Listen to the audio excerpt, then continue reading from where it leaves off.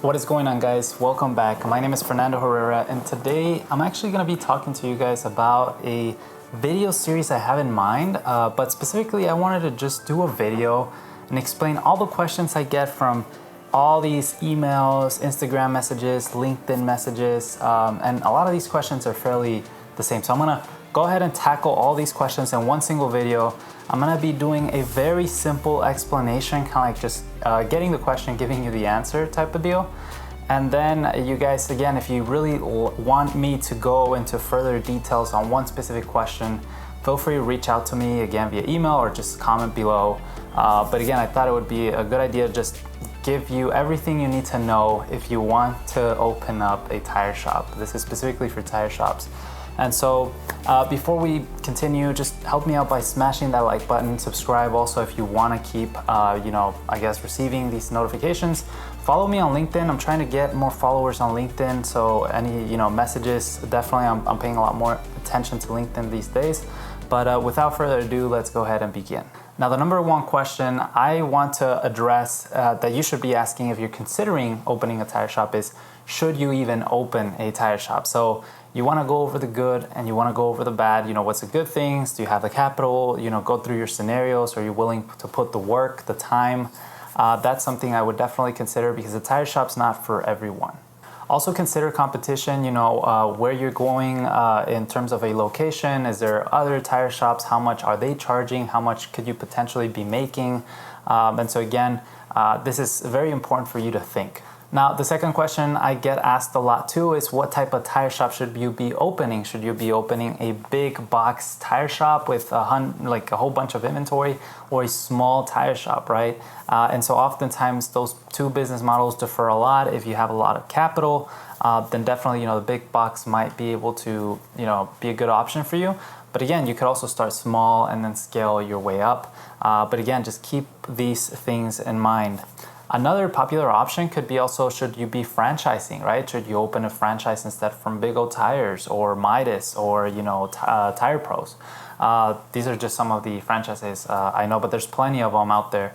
And so, these are things that potentially could also benefit you. I do want to do a video actually of me going over some of these franchise programs and just kind of like explaining how much they cost and, the things that you should expect of them. But in the normal sense of a franchise model, what you should be expecting is training, suppliers, and some sort of benefits for being part of that network. Obviously, there's going to be a little bit maybe less profit or some fees. It's going to be a little more expensive. Sometimes you do need to come in with a lot more capital up front. But again, it's something to keep in mind. Another very popular question I get is, what type of licensing or business licenses or permits do you need to open a tire shop? Now, this could be different from anywhere in the US, but speaking for Nevada, again, based off this day, to my knowledge, not advice, but you do need a business license, which you can apply, through the state Nevada, a website. I even applied for a new LLC and got my EIN number and everything in less than 20 minutes. You don't have to pay someone. Honestly, you just know how to read, some instructions. But again, you could pay someone too. But you need a business license. You need also a county or city license. So again, in Nevada, for example, you need the state license. But then if I'm doing business in the city of Las Vegas, then I need a city permit with City of Las Vegas. And so normally these are a little bit more complicated. If you are opening a tire shop, once you open a city business license, you will have to select there the type of license that you're opening. Are you going to be a big mechanic shop? Are you going to be doing engine work? Or if it's just going to be some minor mechanical work. If it's minor work, it's a lot easier to get, but keep in mind that the fire department will come and visit. They will check everything's to code. And again, if you have a whole bunch of tires, it could be, a bit of a nightmare. This was one of the problems and one of the reasons we had to shut down one of our stores, because after we had set up everything, fire department was like, you can't have any tires here. And, it was honestly, unfortunately, a waste of time and money. You may also need a DMV garage permit. Now, again, I'm not very familiar with this, but I believe it's just like a permit you get from the DMV where you can like house vehicles or have vehicles in your location. Again, some folks don't have it, some folks do, but just keep that in mind.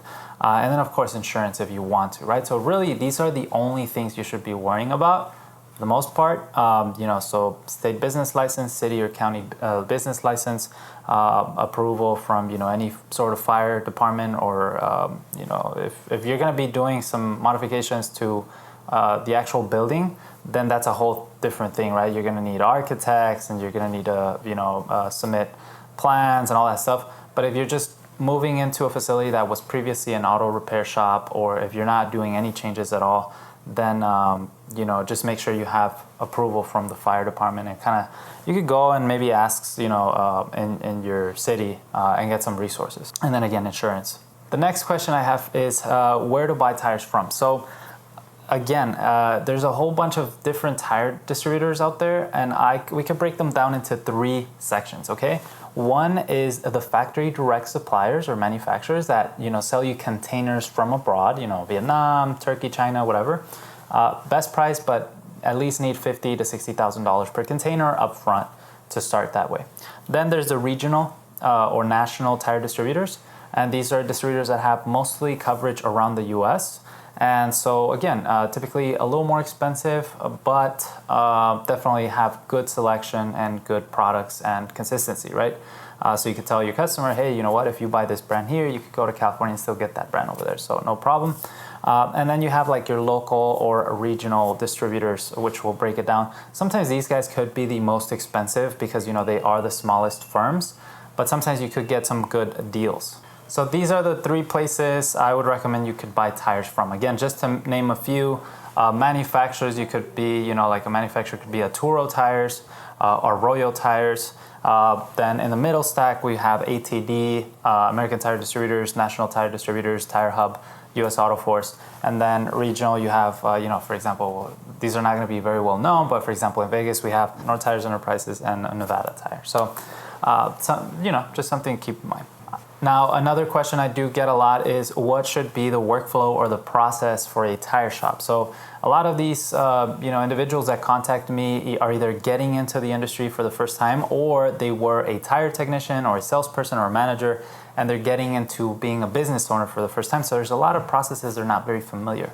And so you got to understand that, once you open up a tire shop, you have to worry about the accounting or the administration part of the business, which should make sure, in terms of, if you get QuickBooks, like a program like QuickBooks works really well because they try to cover pretty much everything that you need in terms of payroll. So, how you're going to be paying your employees, how are you going to be collecting money from customers, how are you going to be paying vendors. That's the administration part, right? Money coming in, money coming out, expense management, all that stuff. And then you have the operation part of the business, which is who's going to be running the day-to-day, right? Who's going to be opening the store, who's going to be dealing with customer complaints, with customer problems, purchasing. Again, technically purchasing, you could move it up to the administration chain, but ideally I prefer purchasing to be more in the operational lane, or have somewhat of a collaboration between departments, because operations more involved as to what they might need. And from what I've seen is when administration ends up buying the product, sometimes they'll buy stuff that operation doesn't really need, and then they know they don't need it, but there's no communication going back and forth. So it's always better when operations doing their own purchases for their product, and they're held accountable for whatever they're buying. Again, it's important to have checks and balances, but just the point, food for thought there. But you have operation, and then I guess we could say within the operations, you have kind of like 2 sub-departments. One, we could call it sales, and then the other one would be the actual technicians, right? So sales would be, your outdoor sales, who's going out there getting customers for you, who's worrying about the customers coming in, their experience, marketing. Are we going to be doing, Facebook ads or promotions or flyers? And then the technicians part should be, how many cars are we getting in? Are we working on these cars as efficiently as we could? Actually working, on the cars the way it should be, because some people, we might hire someone, but this guy might not be very good. And so someone in this department should be able to point that out and help us either train or find a better person. So kind of like that's how you should expect the processes. A typical workflow of a tire shop, is a customer walks in, talks to a salesperson. The salesperson addresses or assesses the needs of this person. hey, you need a tire, or the customer came in for an oil change, or whatever the case might be. And then the salesperson, or we could call him also service advisor, goes ahead and inputs all their information into a POS system. And then the car is serviced through our technicians, right, in our shop. Once the car comes in, it's best practice to do an inspection. We already have a car in here. It only takes maybe 15, 20 minutes to do a 52-point inspection, let's say. And then after the inspection, we could recommend alternative or additional services that the customer might need that they weren't aware of, right? At the end of the day, if a customer comes in for an oil change, but they have a bad tire that could pop at any time, you could possibly be held liable. Again, I say could possibly because there's a lot of gray area, right? But the right thing here to do is for you to let your customer know, hey, you're coming in for an oil change. You have a bad tire. We are recommending that you change it. If the customer declines, you guys just leave a note on your system or on a piece of paper or whatever. But at least you let your customer know, so that if something does happen, they know that you were just looking out for them and not really just trying to sell something to them. So again, after the car comes in, you do an inspection. The service advisor goes ahead and adds any additional services that customer approves. The technician again goes ahead and performs those services. After those services are done, car is parked back outside. Customer then goes and pays for services to service advisor. And then that's it, right? Administration or sales team could then take care of the customer in terms of future marketing and retention, just brand awareness, so that if they ever need anything, they could think of us in the future. So that's kind of like the whole process of a tire shop, auto repair shop. Very similar works. Again, there might be some things that might change. If a customer already has credit or terms with us, meaning that we open up a $10,000 credit line with them because they're a big account and they pay us with a check at the end of the month, then instead of paying at the end, we might just issue a PO, or we might get a PO from them. So they issue a PO number, and so that way they can reference that on their system and so we could get paid pretty much. Another question I get a lot here is, should you open multiple tire shops or just stay with one? Depends. If you have the team, let's put it that way, if you have people you could trust that could lead you to scalability, or if you're just really good at hiring and finding talent, then absolutely you can open more tire shops.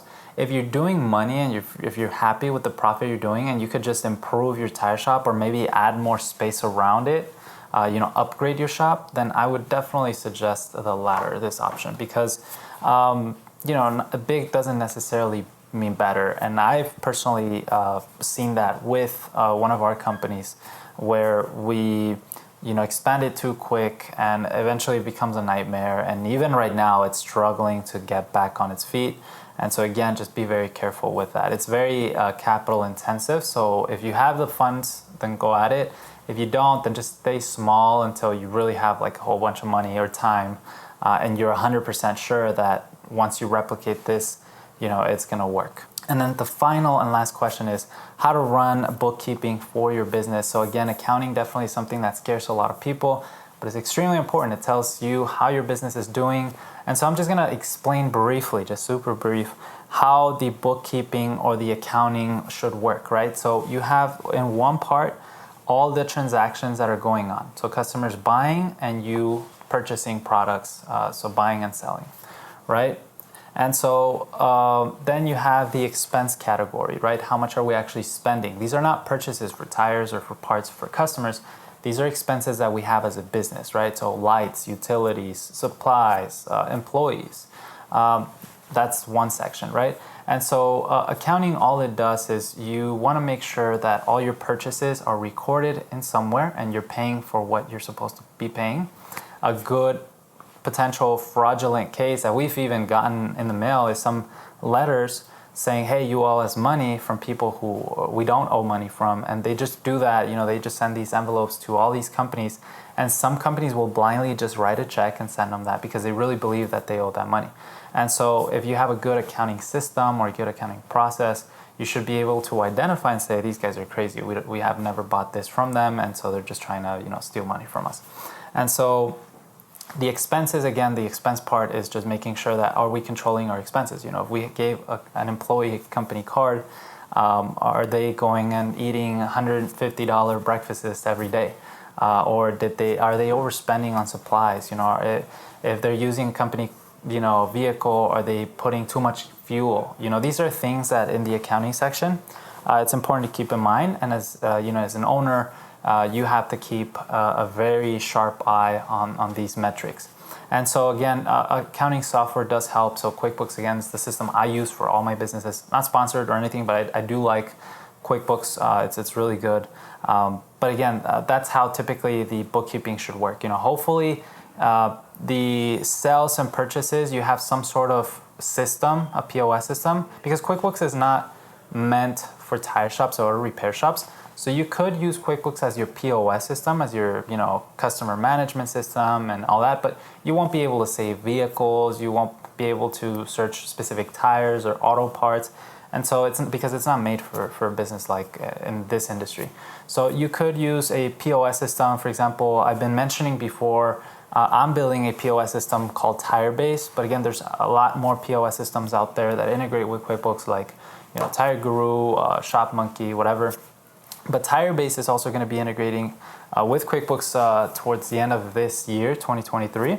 But the idea is that you capture all your data, your shop sales and purchases data over here, and then you fetch it over automatically. You don't have to do anything. It just sends it over to QuickBooks. QuickBooks organizes it nice and clean, so you can still see the reports, and then you just, kind of like review your expenses. And so every month, really what you're doing is you're getting all your bank accounts, you're reviewing how much came out, how much came in, that it's all accounted for. And then once it's all accounted for, your books, technically, we call it, they're balanced, right? So that's all that it is. If you guys want more info on that, again, just leave a comment below and I'll definitely do a much longer explanation of that. But yeah, I use QuickBooks for my wholesale, my tire shops, mobile tire shops, online businesses. It's a good tool. So there you guys have it. Hopefully you guys enjoyed this video. Again, don't forget to smash that like button, subscribe, and don't forget to say hi to me via LinkedIn. Let me know in the comment section below which one of these ideas or questions you guys most like, so I could go ahead and give further explanation on a video. But again, thank you so much for watching. Thank you so much for staying till the end. Hope you guys have a great rest of your day. Peace.